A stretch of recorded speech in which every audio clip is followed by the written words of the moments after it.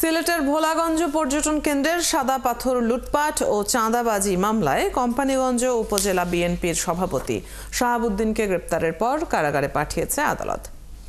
RAB ৯-এর media কর্মকর্তা অতিরিক্ত police super Shahidul Islam জানান, রবিবার দুপুরে সিলেট জেলা আদালতের সিনিয়র জুডিশিয়াল ম্যাজিস্ট্রেট ১ আমুলি আদালত ৭-এর বিচারক ধ্রুবজ্যোতি পালের কোর্টে মামলার নথি উপস্থাপন করা হয়। এ সময় আসামিকে ৪৩১ ধারা দণ্ডবিধিতে কারাগারে পাঠানোর আদেশ দেন বিচারক। এর আগে শনিবার রাতে কোম্পানীগঞ্জ থানায় দায়েরকৃত খনি ও খনিজ সম্পদ নিয়ন্ত্রণ এবং উন্নয়ন আইন মামলায় তাকে গ্রেপ্তার করে র্যাব। রাতেই শাহাবুদ্দিনকে হস্তান্তর করা হয় কোতোয়ালি থানায়। তার বিরুদ্ধে আলোচিত সাদা পাথর লুট ছাড়া আরও ৭টি মামলা রয়েছে বলেও জানিয়েছেন তিনি। এদিকে সিলেট জেলা বিএনপির নেতারা জানান, সাদা পাথর চুরির সঙ্গে শাহাবুদ্দিনের জড়িত থাকার তথ্য জানার সঙ্গে সঙ্গে তার দলীয় পদ স্থগিত করা হয়।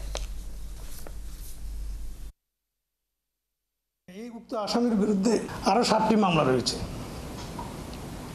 তো আদালত যেহেতু আসামির পক্ষে কোনো উকিল জামিনের জন্য আবেদন করে নাই, তাই তাকে এই মামলায় গ্রেপ্তার দেখিয়ে জেল হাজতে প্রেরণ করেছে।